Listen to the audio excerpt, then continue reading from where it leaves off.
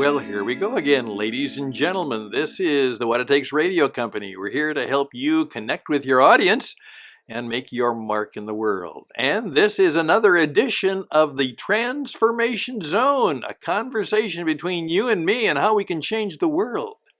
And we want to help you transform you and your world and to transform the world of books. Now, what could that be all about? Greetings, ladies and gentlemen. Welcome. I'm Stan, the Transformation Man, or it's just Stan, and I am in the Transformation Zone for some more conversations on this weekend in December where lots of things are being transformed for sure. And so we wanted to talk a little bit about that today, and you got the title, which is meant to hopefully transform you from doing something that you are doing and maybe even actually spending a little time learning about books. That's right. The title is not a miss or spelling. It is not a typo. I have a habit of doing both, as some of you know. This is very intentional. It's different. We want to talk about the fact that maybe in our life and career, it's time to actually transform the way we do books. And so from now on, it won't be B-O-O-K or B-O-O-K-S. It'll be B-O-O-X. And I'd like to explain to you why we think that might be the case. So just take a few minutes now and think about that. And let me ask you this question. Would you like to write a book? Well, it's said that 87% of the population say that someday they would like to write a book. Well, of course, almost none of them ever do. But if you want to be successful in life and business, it will be helpful if you will know something about how to write a book or books. And just a gentleman who proves the point time and time again is a man named Donald J. Trump. And before he was 40 years of age, he was a go-go entrepreneur real estate guy, but he decided to write an old-fashioned book. And it was called The Art of the Deal before he was 40 years of age. And that was the start to his career. And of course, you know the rest of the story so far. And he is in the transformation business, and that has a lot of people very, very excited, and a lot of people very, very much afraid or not wanting a transformation that they think he would be about.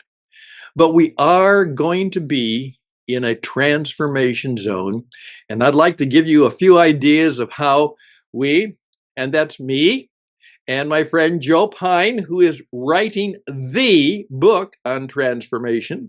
My friend Kevin, who is an artist, illustrator, designer, who is also a part of the Transformation Zone gang, that we are in the business of seeing if we can help you build a life and business that makes a difference in the world, that is good, it is profitable, it is thoughtful, and it is transformational, both for you and the people who read your book or who do business with you.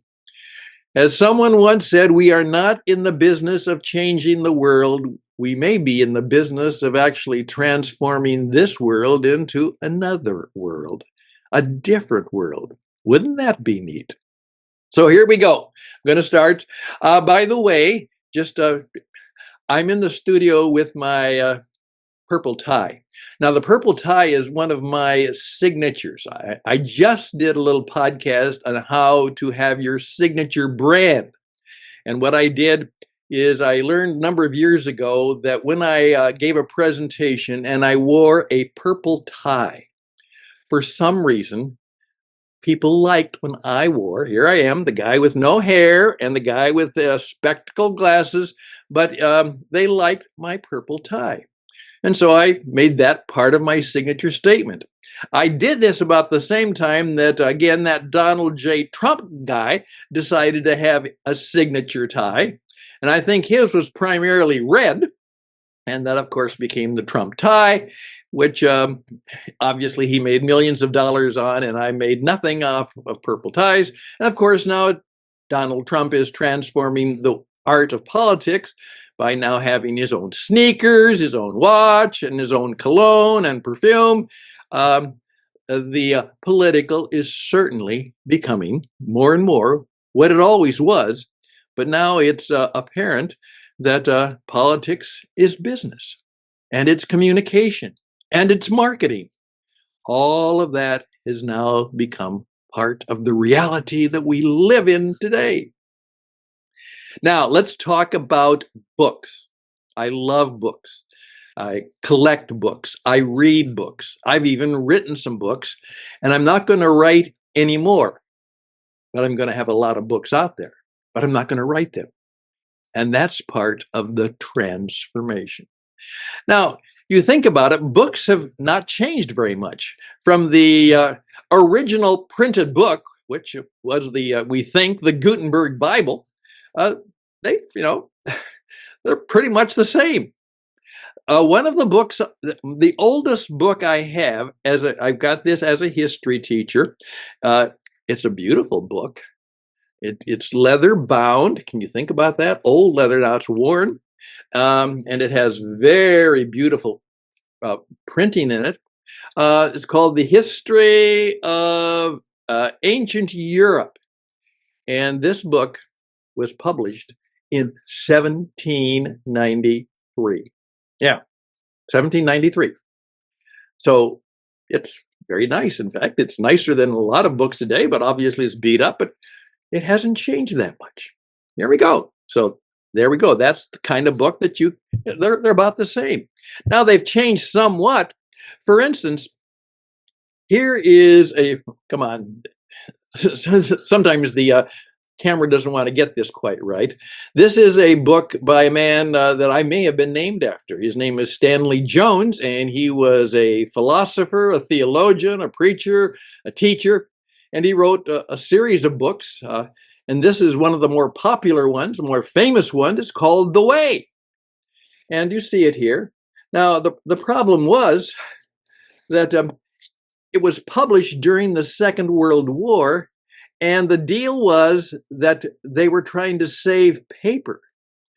And so the books that he wrote during the Second World War were all little books, small books, hard to read sometimes, but it's saved on paper.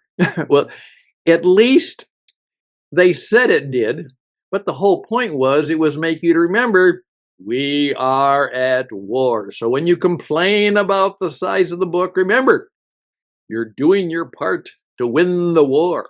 That was the whole deal behind the little books. This was done in 1943. Then it was a scandal.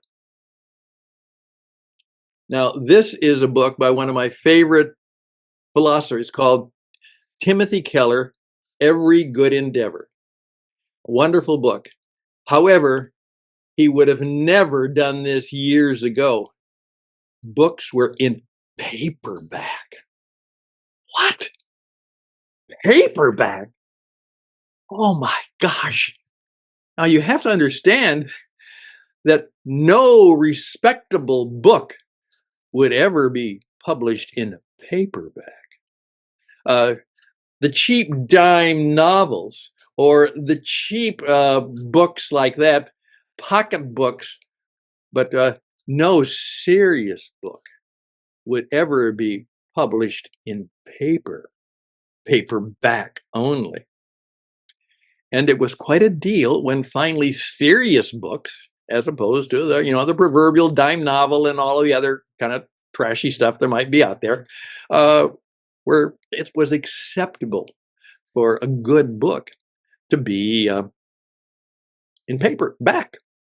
Yeah, but it's still about the same. It's still really the same kind of book that was published in the 1600s and in 1793. Now, it did change a little bit.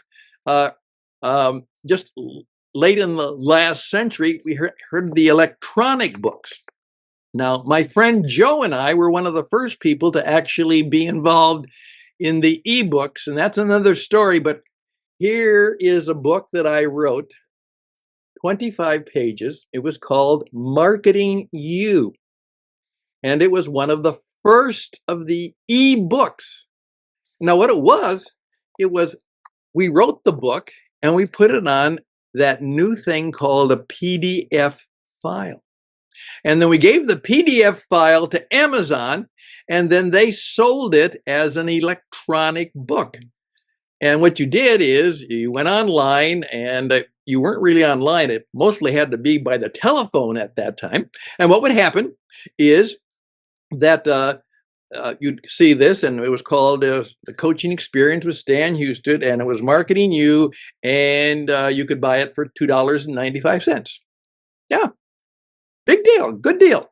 Small, about 30 pages, $2.95. And what you did is you did your $2.95, and then they downloaded the PDF to your computer, and then you printed it out. And those of us thought, well, this is really great. This is going to go well. Well, then, of course, Amazon then decided, they said, we're not going to do that anymore. Oh, well, we thought it was a pretty good idea. No. And so it died. But soon we found out, guess what? They took an iPad and they called it a Kindle. And guess what? They took it and they put the book. You know what happened. So the ebook came in down. Basically, it's still the same book.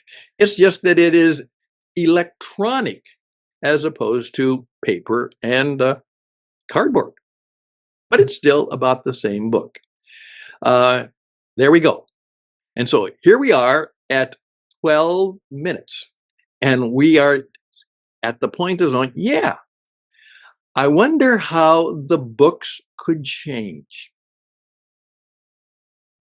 Well, they can, and they probably will. And I'm going to tell you in part 2 just what the new BooX might be like. Stay tuned. We'll be back.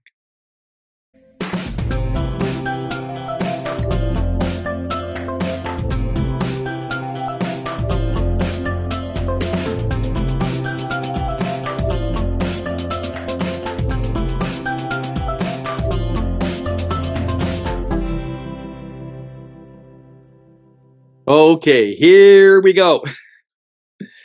Books. Now, as I was challenging my friends, well, if we're going to write about transformations, maybe we should try and see if we can actually transform the way we do books. And so I've invented that word. I think I did. BooX. And it's the idea is that it's X, kind of like Musk is X. X means experimental. X means experiential. I also believe I would like it to be X means extra special. It's really neat. Well, here's what we're talking about. And it's based on a story that I heard, and I don't know if it's true, but it makes a good story, and it could very well be true. Many years ago, there was a famous writer, and his name was Truman Capote. Maybe you've heard of him. He's since deceased, but he was a writer, and he wrote a number of books, but he drove the publishers crazy because he was always trying to improve it. And they say, well, it's deadline time. Oh, but I got to do a little more work on it. Truman, it's deadline time. Oh, I want to work on it. And the legend in New York City was that finally they had to take it from him. They had to come in and say, well, boom. And he'd say, well, it's not done yet. And they said, Truman, it's done. We're not going to do anything more to it. We'll do the copy and all that, but we're got to get the book done. And so the legend was that he never finished a book. Well, here's my story. Today, we want to write books that are never finished. They continue on. First of all, they do come very, very much in an electronic format for sure, and that you can then print them out on demand, or you can have somebody else print it out on demand and even make it special for you and give it to you, and the book is just for you. So we can do all of that. But there's more we can do. It could mean that the book is never finally done. In fact, it keeps being written. My friend Joe decides he's going to add another chapter. So he adds another chapter. And I say, well, the book I bought. Yes, it's new now. It keeps going. It keeps growing. And by the way, you wrote a nice letter. You know what we're going to do in the next edition? We're going to include your letter as a response to chapter 7. Really? Yes. In fact, we want all of you to write your own little stories about our book. And you correct them. By the way, artificial intelligence, the robot, will make it correct for you. And you send them to us. And then we will keep adding your little stories onto our book that we are never finishing and always writing and always enhancing and always making better all the time. Which means that the one you bought in December 2024 is a good book and you can keep it. But the one that we have in June of 2025 is different, newer, engaged. And of course, that is not only making the book somewhat different, maybe a little more profitable in this day and age, but the point is Truman Capote is finally having his wish that his book could be continually in revision, continually updated, continually added.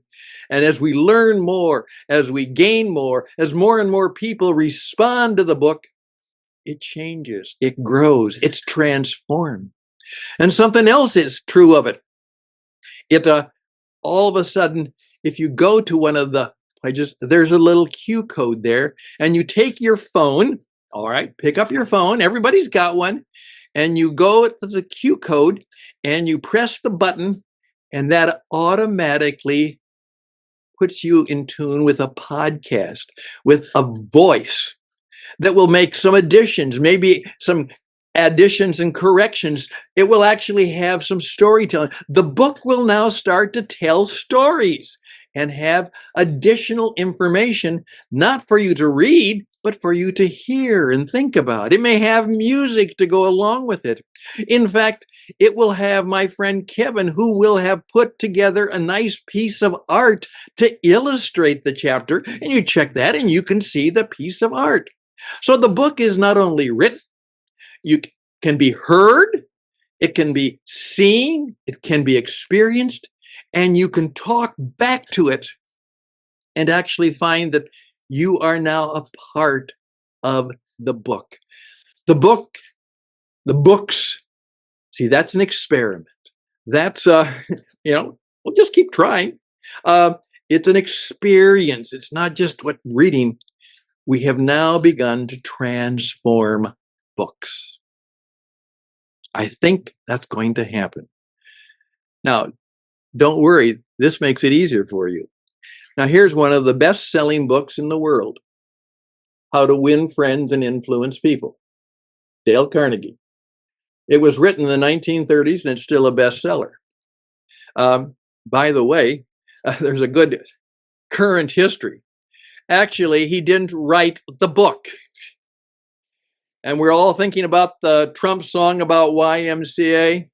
The YMCA was a part of what Dale Carnegie did. He didn't write the book.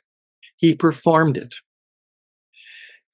In the New York City YMCA, he started to give a series of lectures to the young men who were there trying to make their careers, and they lived in the why, and it was how to win friends and influence people, how to be successful. And he gave a presentation. He talked. He performed it. And he had a stenographer sitting back there taking down his words. And from that, the book was put together. He didn't write it. He spoke it. He performed it. And then it was published. By the way, you can do the same thing today. Perform, speak, present, capture it. Take the audio, take the video, have the AI transcribe it for you, and then have the AI actually do some proofreading for you and enhancing it. And before you know it, you've got not only the first draft done, you've got the first draft almost publishable, ready in the brand new way. That's what you can do.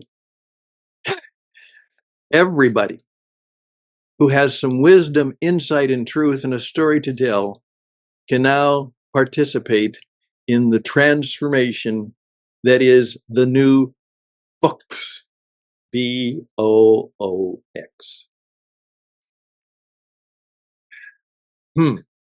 What do you think about that? Well, this is like a TED Talk, and I've gone a little bit over time.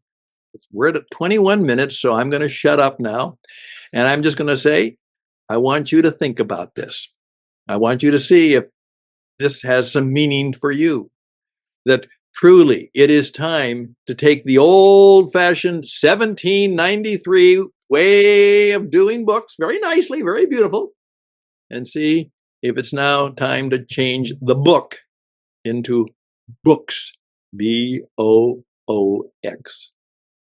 An experience, a transforming experience. Well, I don't know if this is going to work, but it's something I'm going to try. And I'm going to invite you to join me in the transformation zone, because I believe that God has gifted every one of you, I really do, with something to share, a story to tell that can really impact people's lives, that you have special, unique talents, you have wisdom and insight and truth and good things. And instead of letting editors in New York City decide whether your story is worth being told to the world, you will decide whether your story is worth being told to the world. Because now the entire business of writing and publishing books can be transformed.